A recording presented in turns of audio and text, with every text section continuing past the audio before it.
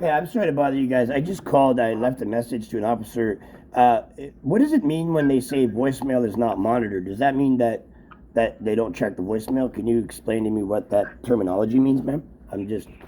Yeah, so it would mean that Constable Montanez doesn't check his voicemails often, and the best way to get a hold of him would be through us to give him a message through his email. Well, that's funny that you state that because I've tried to get a hold of him for the last 36 days, calling the detachment, and they've told me to leave him a message. So you're telling me now that I need to get a hold of you to get a hold of him, which I've done, and I'm just concerned how my request to speak to an officer, and I've been told multiple times, and I have the recordings of it, that they'll relay the message. So is there a communicational breakdown, or is the officer just refusing to get a hold of me?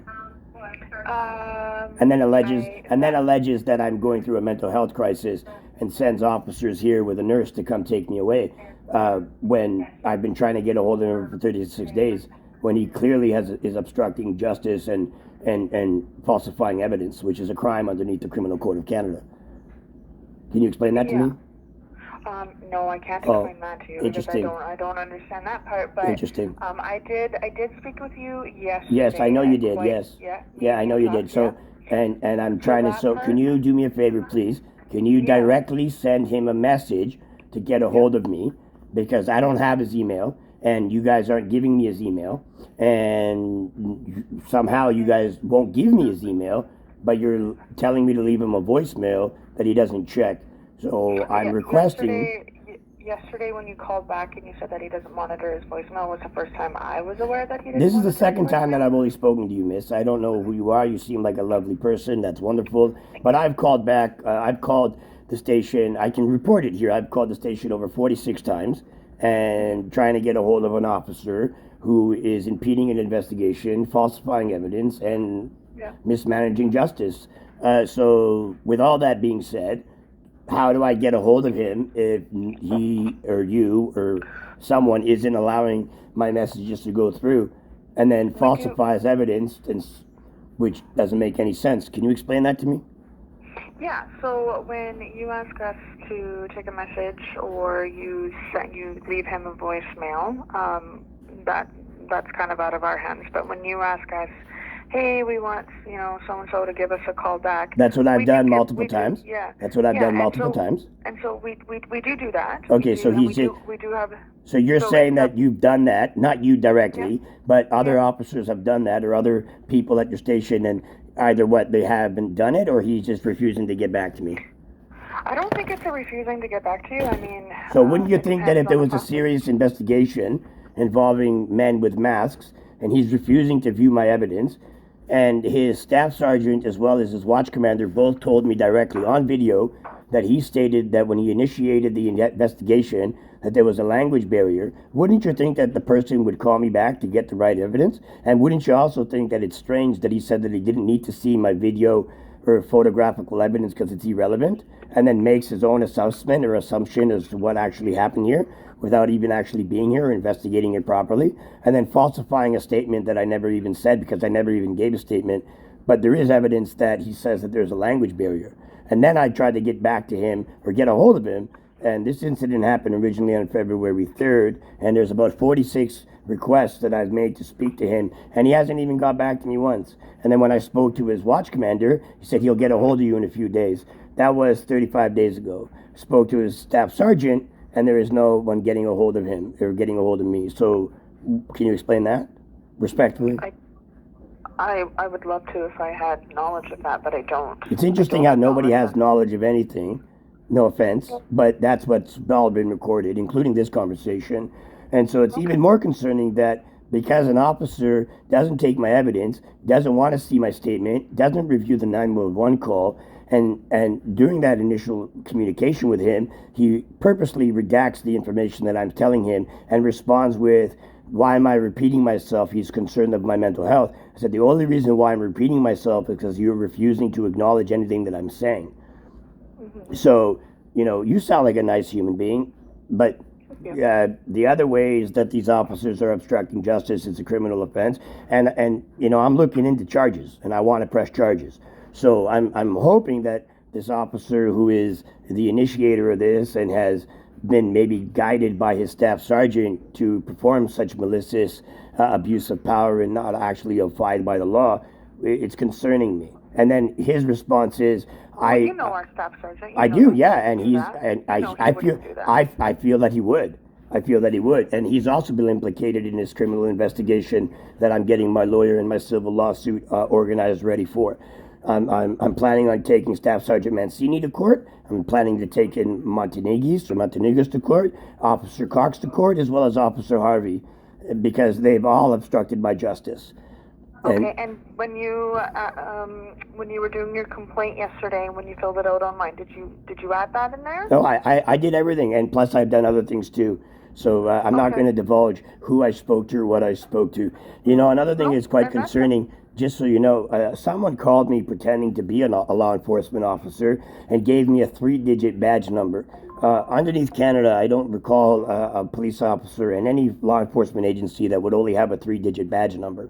But this person represented themselves as a police officer, I have it on a recording, and was trying to get intel information on a situation that happened and occurred there. And when she gave me her name, I have it all on video, she identified herself as a police officer and gave me a 3-digit badge number. Do you have her name? I have it on a video here and a recording, but no one wants to hear or see anything that I have to say, let alone actually take a witness impact statement as a victim of a potential violent crime and a trespassing and damage to my property. And this is the same officer, Montenegis, and two other 911 situations. One of those prior situations, he never returned my call at all. And I had to speak to other officers to get a hold of him. They spoke to him, and he sent the message from him to them to me. That's not the proper chain of command at all. And this would be the third incident of Officer Montanese that he's obstructed my justice. So there's evidence all the way through. I have evidence against you guys that I've kept silent and quiet since 2016. 2023, you guys falsely accused me and incarcerated me and put me in jail for something that I didn't do that ultimately got thrown away in court because it was the wrong charge. But no one gives a shit. Sorry to interrupt. No, go ahead. Do you have a file number for the incident that took place with Montanese? The one on February 3rd, ma'am? Yeah, was that Constable Montanese that was in charge of that? Yes, it was. Yeah, do you have the file number? You don't have it there in front of you? No. Who's requesting the file number, ma'am? Me, just so that I can add it to the file that, because I'm going to send him an email and let him know that you called and you want him to call him back. Yeah, please, if you don't mind.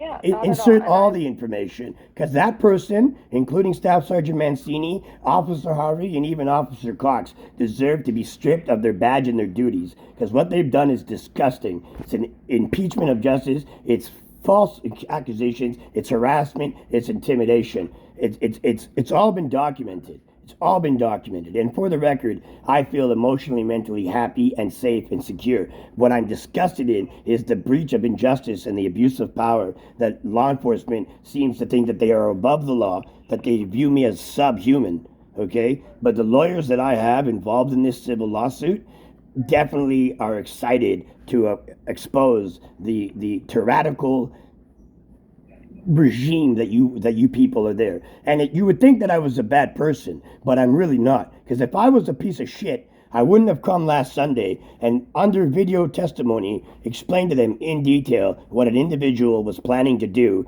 to commit suicide by a cop and to protect law enforcement. And they were shocked that a piece of shit like me would defend the police and protect the police. Because even though I don't like you sons of bitches, doesn't mean that I would be okay with someone wanting to hurt someone with violence. To be clear, I'm not that type of guy. Okay? But they don't give a fuck about that. They don't care. They just care about themselves. But what about my safety? What about my rights? What about my rights? I'm a Canadian citizen. I'm not a refugee. I'm not a terrorist. What did I do? Whose sister did I fuck that this is happening to me? You don't know. Well, I'm not a police officer. I understand. And then when I called yesterday to file the complaint, the ladies that I have it on recording, the receptionist there refused me to come to the station, told me that I'm not allowed at the station, and that's not where I file a complaint. Well, I'd like to file charges. That's what I want to do, and that's what will be done. And by the way, for the record, the police incident number that we're talking about is 540, right? It's That's the one with Constable Montanez. 2024-540. Just for the record, too, what was the officer that I came there on Sunday and gave that testimony as a witness impact statement on Sunday? It was Montanez, right? I don't know. Can you check that out? I'm sure all the police officers know what happened on that day, considering it's such a serious situation. No, that was Constable McCarthy. McCarthy. Okay. Is it common practice for an officer not to get a hold of someone secondary time when he tells his staff sergeant as well as his watch commander that there was a language barrier, that he didn't get all the right information? Is that common practice that an investigating officer doesn't reinitiate contact? Is that normal? No, I wouldn't like to think so. Right, and would it be normal that a watch commander would say, hey, he'll get a hold of you in a couple days to update the most relevant, accurate information on the file? And then there's been no communication there? And then when I asked Officer Harvey, his watch commander, what's the incident number for you coming out here late at night, when he didn't tell me he was coming and I didn't request for him to come, he didn't give it to me. So where's that incident? Where's that incident number of that contact between me and the watch commander? Allegedly, it never even happened. Interesting. Because there's no reference to him actually being here.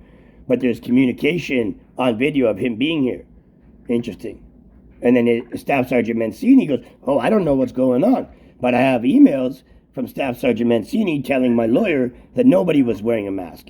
But the detective in Vernon, it read the report to me. He goes, one person was wearing a mask. Well, in my video evidence, 2 people are wearing a mask. But no one wants to see my evidence. Interesting. It's concerning. Oh. But they're all worried about my mental health, but they're refusing to look at my evidence. Listen, if I was saying these things and I didn't have a paper trail or digital evidence or proof, that I'd be concerned too. But I have evidence. I have the proof. But what I do know is the municipality sent these men. And the municipality at first denied sending them. And then 3 days later, those were our guys. Because they didn't think I had video and evidence. They didn't think that. But then they changed their story. But did Officer Montanez investigate or interrogate these men? No, he didn't. Another officer did, which is a breach of protocol.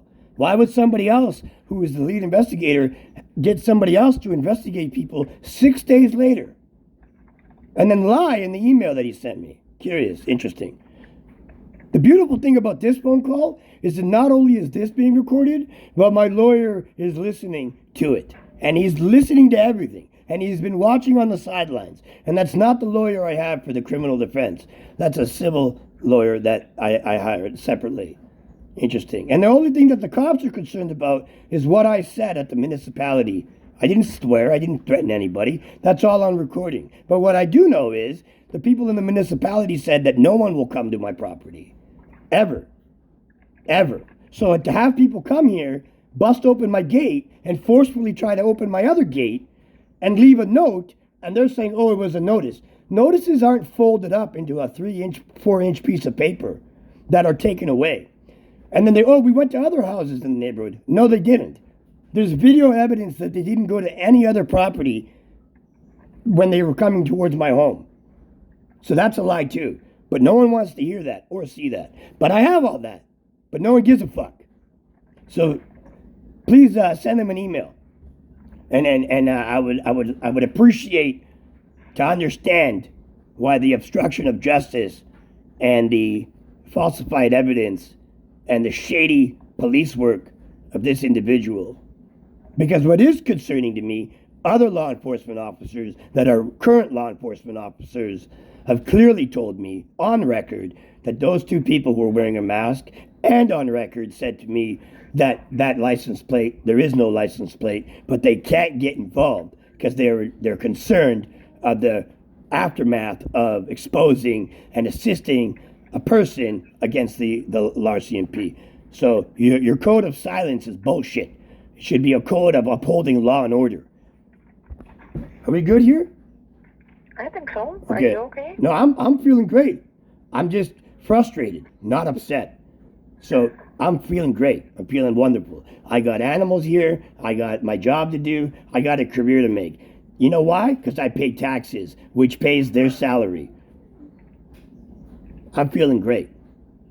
But what I am concerned about is the evidence and the blatant disregard of upholding the law.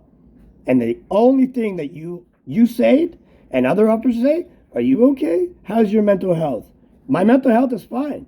I'm okay. The question is, are you guys okay? Are you guys okay? Because no one seems to know what's going on.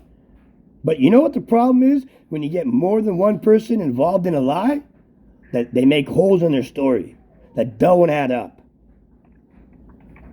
So everything adds up on my part, but their part, doesn't add up. So appreciate a call from Officer Mayonnaise or whatever his name is, okay? Montanese. What's your phone number?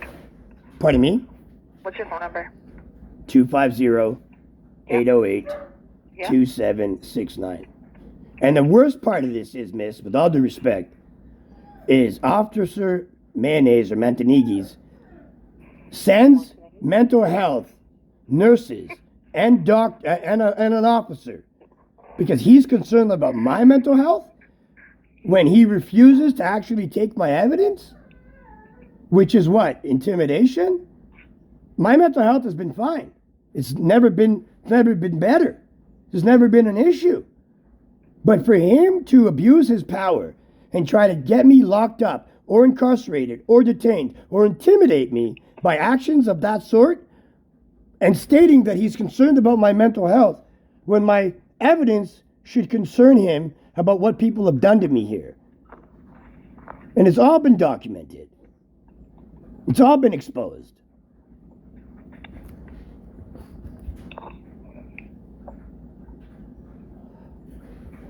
Are you okay? I'm okay. Are you sure? I just don't know. Yeah, I just don't know what to say to make you feel better. Oh, no, I feel fine. I feel fine. But what needs to happen is those people need to be removed from the force. Because that is disgusting behavior. What do they think? They're Justin Trudeau? That they could just not be held accountable? What is this? What country are we living in? This is Canada. There's laws. The police officers are not above the law. RCMP are not above the law. But what they've done is an obstruction of justice, mismanagement of evidence, and falsifying evidence to make it convenient for them. In 3.5 years, I've had over almost 400 incidences with law enforcement. Is that fucking normal?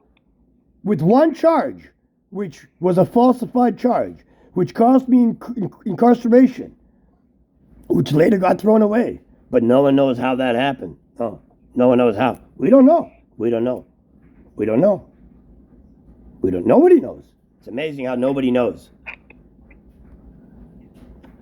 So I'm going to ask you, are you okay? Yeah, I am. I am okay. Okay, ask me if I'm okay. Are you okay, Tomer? I feel wonderful. I'm more than okay. I'll feel better when these corrupt cops are no longer cops and when these corrupt RCMP are no longer RCMP. Because I definitely can't wait. Can't wait. The paperwork is already in motion, is getting filed today or later today, and I would definitely love to see everybody in court. And you know what the best part is?